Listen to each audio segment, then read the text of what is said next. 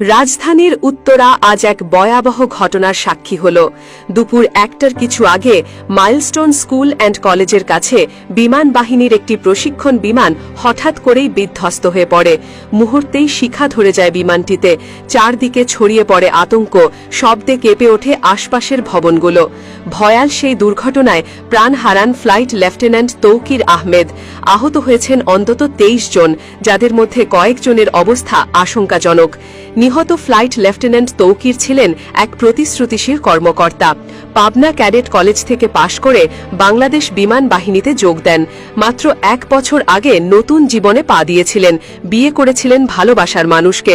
স্বপ্ন ছিল দেশের আকাশ পাহারা দেওয়ার, কিন্তু আজ সেই স্বপ্ন ভেঙে চুরমার হয়ে গেল উত্তরা আকাশের বুকে। বিমানটি ছিল F-7BGI 701 মডেলের একটি চীনা নির্মিত যুদ্ধ প্রশিক্ষণ বিমান। এটি বাংলাদেশ বিমান বাহিনীর অন্যতম স্ট্যান্ডার্ড ট্রেনার ফ্লাইট প্ল্যাটফর্ম। দুর্ঘটনার সময় এটি প্রশিক্ষণ ফ্লাইটে ছিল বলে জানা গেছে। কিভাবে এই বিধ্বস্তের ঘটনা ঘটল তা নিয়ে এখন তদন্ত শুরু হয়েছে। বিমান বিধ্বস্ত হওয়ার পরপরই সেটিতে দগ্ধ ধরে যায়।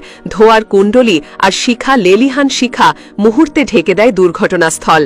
ঘটনাটি ঘটে একটি শিক্ষা প্রতিষ্ঠানের কাছাকাছি হওয়ায় আরও বেশি আতঙ্ক ছড়িয়ে পড়ে।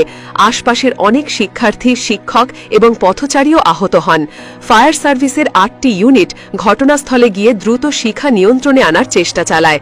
উত্তরা, টঙ্গী, মিরপুর, পূর্বাচল সহ আশপাশের ফায়ার স্টেশন থেকে টিমগুলো দ্রুত ঘটনাস্থলে পৌঁছায়। অগ্নি নির্বাপন ও উদ্ধার তৎপরতা এখনও চলছে বলে জানিয়েছেন ফায়ার সার্ভিসের একজন দায়িত্বপ্রাপ্ত কর্মকর্তা। আহতদের মধ্যে বেশ কয়েকজনকে জাতীয় বার্ন অ্যান্ড প্লাস্টিক সার্জারি ইনস্টিটিউটে ভর্তি করা হয়েছে। তাদের মধ্যে 3 জনের শরীরের বড় অংশ দগ্ধ পুড়ে গেছে বলে চিকিৎসকরা জানিয়েছেন। আহতদের সুচিকিৎসা নিশ্চিত করতে ইতোমধ্যেই সব ধরনের প্রস্তুতি নিয়েছে বার্ন ইনস্টিটিউট কর্তৃপক্ষ। সামাজিক যোগাযোগ মাধ্যমে দুর্ঘটনার ভিডিও ও ছবি ছড়িয়ে পড়তেই দেশ জুড়ে শোকের ছায়া নেমে আসে। সাধারণ মানুষ থেকে শুরু করে বিশিষ্টজনেরা এই মর্মান্তিক দুর্ঘটনায় গভীর শোক ও সমবেদনা প্রকাশ করছেন। বিমান বাহিনীর পক্ষ থেকেও এই দুর্ঘটনার বিষয়ে গভীর দুঃখ প্রকাশ করা হয়েছে এবং বলা হয়েছে ঘটনাটি কিভাবে ঘটল তা নিরপেক্ষ তদন্তের মাধ্যমে খুঁজে বের করা হবে। এই দুর্ঘটনা নতুন করে প্রশ্ন তুলেছে প্রশিক্ষণ বিমানগুলোর কারিগরি সক্ষমতা ও নিরাপত্তা নিয়ে। সাম্প্রতিক বছরগুলোতে কয়েকটি দুর্ঘটনা চোখে পড়েছে, যার মধ্যে বেশ কিছু ছিল প্রশিক্ষণ চলাকালীন সময়ে। এমন দুর্ঘটনা যেন আর না ঘটে তার জন্য সর্বোচ্চ সতর্কতা ও আধুনিকায়নের দাবি জানাচ্ছেন বিশেষজ্ঞরা। উত্তরার আকাশে আজ আর কোনো যুদ্ধের মহড়া ছিল না, ছিল না বিজয়ের পতাকা ওড়ানোর দৃশ্য, ছিল শুধু হাহাকার,